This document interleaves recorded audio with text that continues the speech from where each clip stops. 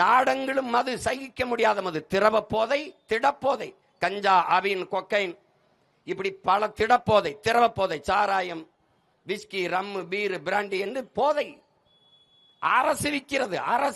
அரசு அங்கீகரிக்க விற்கிறது. கஞ்சா, கொக்கைன் இதெல்லாம் விற்பது அரசுக்கு தெரியாதா? இவர்களால் தடுக்க முடியாதா? நாடெங்கிலும் கொலை, கொள்ளை, 6 வயது குழந்தையும் வன்புணர்வு செய்து கொல்லப்படுகிறாள். 60 வயசு அம்மாவும் வன்புணர்வு செய்து கொல்லப்படுகிறாள். 17 வயசு பிள்ளை, படிக்க போற பிள்ளையும் வன்புணர்வு செய்து கொல்லப்படுகிறாள். வீட்டை விட்டு ஒருவன் வெளியே வர முடியுமா என்ற பாதுகாப்பற்ற சூழல். நடுச்சாலையில் வச்சு வெட்டி எறிகிறான்.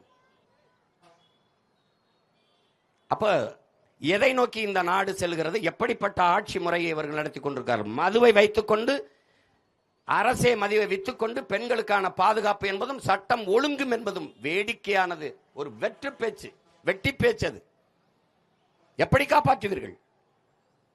குற்றம் செய்கிற, குற்றச்செயலில் ஈடுபடுகிற 95 பேருக்கு மேலே நிறைந்த போதையில் இருக்கிறான். ஒன்னு திடப்போதை அல்லது திரவ போதையில் தான் செய்கிறான். தன்னை மறந்த நிலையில் இவ்வளவு குற்றங்களையும் செய்கிறான். இந்த நாடே ஒரு குற்ற சமூகமாக மாறி நிறுத்தப்பட்டிருக்கிறது. இதை எப்படி தடுப்பது? யார் தடுப்பது?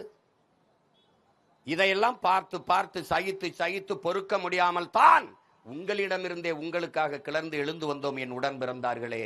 எப்படியாவது இந்த நிலையை மாற்ற வேண்டும் என்று இவர்களுக்கெல்லாம் எதையாவது கொடுத்து, மிக்சி கொடுத்து, கிரைண்டர் கொடுத்து, அண்டா கொடுத்து, பரிசு பெட்டி கொடுத்து, சிலிண்டர் கொடுத்து, எதையாவது கொடுத்து உங்களை ஏமாற்ற வேண்டும் நினைக்கிறார்கள். இந்த நிலையிலிருந்து எப்படியாவது என் மக்களை மாற்ற வேண்டும் என்று நினைக்கிறோம். இது ரெண்டுக்கும் தான் இந்த தேர்தலிலே போட்டி. இவ்வளவு பிரச்சனைகள் இந்த நாடு எதிர்கொள்கிற எல்லா பிரச்சனையும் தந்தது இவர்கள். இதை தீர்க்க வேண்டும் என்று வந்தவர்கள் நாங்கள். 2 பேருக்கும் தான் இந்த தேர்தலிலே போட்டி. அவர்கள் வாக்குக்கு காசு கொடுப்பார்கள். நாங்கள் பணத்துக்கு வாக்கு, நம் இனத்துக்கு தூக்கு என்ற கொள்கையை கொண்டவர்கள். காசை வாங்கி கொண்டு வாக்கு போடுவது என்பது அவமானகரமானது. மதிப்புமிக்க நம் உரிமையை சில ரொட்டி துண்டுகளுக்காக விற்பதென்பது உலகில் அவமானகரமானது என்கிறார் அண்ணல் அம்பேத்கர் அவர்கள். வாக்குக்கு காசு கொடுப்பவன் பாவி, அந்த காசை வாங்கி கொண்டு ஓட்டு போடுபவன் தேச துரோகி என்கிறார் நம்முடைய தெய்வ திருமகன் தாத்தா முத்துராமலிங்க தேவர் அவர்கள். பேரறிஞர் அண்ணா அவர்கள் தங்கத்தை யாராவது தவிட்டிற்கு விற்பானா என்று கேட்கிறார்கள். ஜனநாயகத்தில் மக்களாட்சியை ஏற்றுக்கொண்ட நாட்டிலே மதிப்புமிக்க உரிமை, மக்களிட்ட இருக்கிற வலிமையான கடைசி உரிமை வாக்குதான். அதை விற்பது என்பது எவ்வளவு பெரிய தன்மான இழப்பு, எவ்வளவு பெரிய உரிமை இழப்பு.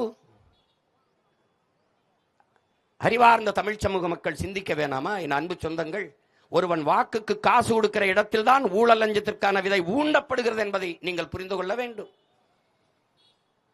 அந்த இடத்திலே ஒரு முதலீடு செய்கிறான், ஒருவன் முதலீடு செய்கிறான், 30 கோடி முதலீடு செய்கிறான்.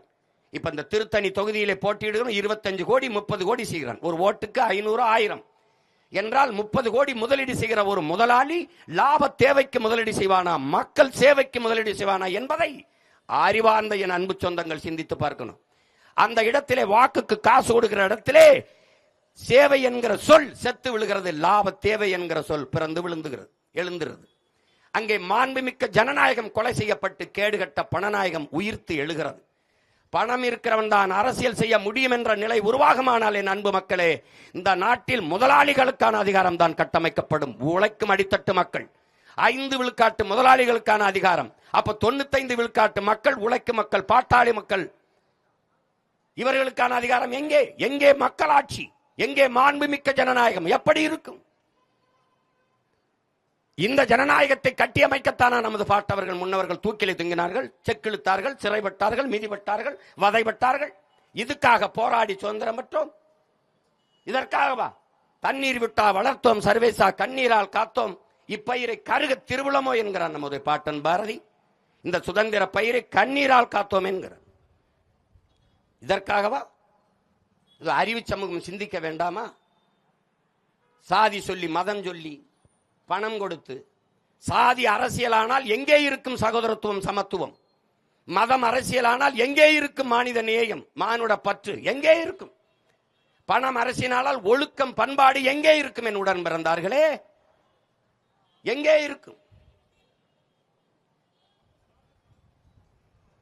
பணம் இருப்பவன் தான் அரசியல் செய்ய முடியும் என்கிற நிலையை மாற்றி மக்களுக்கு தன்னலமற்று உண்மையும் நேர்மையாக சேவை செய்ய வேண்டும் என்கிற மனம் இருப்பவனும் அரசியல் செய்ய முடியும் என்கிற நிலையை உருவாக்குவதுதான் இங்கே மாறுதல்.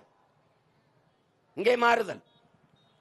அதை நோக்கித்தான் உங்கள் பிள்ளைகள் தொடர்ந்து தொடர்ந்து தொடர்ந்து இந்த தேர்தல் களத்திலே ஒரு தேர்தலை கூட புறக்கணிக்காமல் களத்திலே தொடர்ந்து நிற்பதற்கு காரணம் இதுதான். காரணம் இதுதான். அங்குலம் அங்குலமாக வளர்ந்து வளர்ந்து வலிமையை பெற்று 3வது பெரிய அரசியல் கட்சியாக இந்த நிலத்திலே ₹1 வாக்குக்கு கொடுக்காமல் வளர்ந்து வந்திருக்கிறோம் என்றால் என்னை பெற்ற என் பெற்றோர்கள், என் உடன் பிறந்தார்களை நம்பி மாண்புமிக்க மக்கள், என் மக்கள் இன்னும் ஒரு நல்லாட்சி வர வேண்டும், நல்ல அரசியல் உருவாக வேண்டும் என்று இந்த நாட்டிலே ஏக்கம் கொண்ட எண்ணம் கொண்ட மக்கள் நிறைந்திருக்கிறார்கள் என்ற எண்ணத்தில் தான் தொடர்ச்சியாக இந்திய நாட்டை யார் ஆள்வதிலே உங்கள் மகன் பிரதம வேட்பாளர் இல்லை. இந்திய நாடாளுமன்ற தேர்தலில் நாங்கள் போட்டியாளர்களும் இல்லை. ஆனாலும் புதிய சின்னம் ஒரு வாரத்திற்கு முன்பு கொடுத்த இந்த ஒளிவாங்கி சின்னம், மைக்கு சின்னத்தை 3வது 4வது பெட்டியில் இந்த சின்னத்தை தேடி 36 லட்சம் மக்கள் வாக்கு செலுத்தி எங்களை அங்கீகரிக்கப்பட்ட ஒரு கட்சியாக உயர்த்தியிருக்கிறார்கள் என்றால் என் மக்கள் போற்றத்தக்கவர்கள், மாண்பு மிக்கவர்கள், இன்னும் தன்மானமும் இனமானமும் கொண்ட மானத்தமிழ் மக்கள் நிறைந்து வாழ்கிறார்கள் என்பதை காட்டுவதற்கான வாய்ப்பாக அமைந்தது. அதே நம்பிக்கையில்தான் இந்திய நாட்டை யார் ஆள்வதெனிலே எங்களை தேடிய என் மக்கள் தமிழ்நாட்டை யார் ஆள்வதில் தன் சொந்த பிள்ளைகளை நிராகரிக்க மாட்டார்கள், கைவிட மாட்டார்கள் என்ற அசைக்க முடியாத நம்பிக்கையில் தான் இந்த களத்திலே நாங்கள் தேர்தலிலே போட்டியிடுகிறோம். இங்கே உங்கள் பிள்ளைகள் நாங்கள் வந்தது என் மக்களை வைத்து பிழைக்க அல்ல, என் மக்களுக்காக உழைக்க. நாங்கள் வந்தது வெறும் பதவிக்காக அல்ல, என் மக்களின் உதவிக்காக, பணத்திற்காக அல்ல, நாங்கள் பிறந்த பெருமை மிக்க தமிழர் என்கிற இனத்திற்காக.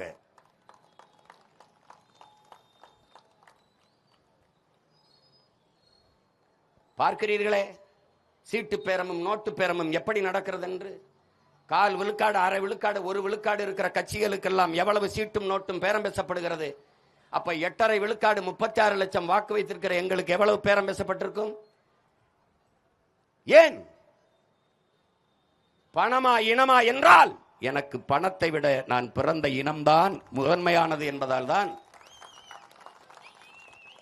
இந்த பதவி என் மக்களுக்கான உதவிக்கு பயன்படாது என்றால் அந்த பதவி எதற்காக என்ற கேள்வி எழுவதுதான். தனித்து தனித்து தனித்து நிற்கிறோம், தனித்துவத்தோடு நிற்கிறோம், உயர்ந்த தத்துவத்தோடு நிற்கிறோம்.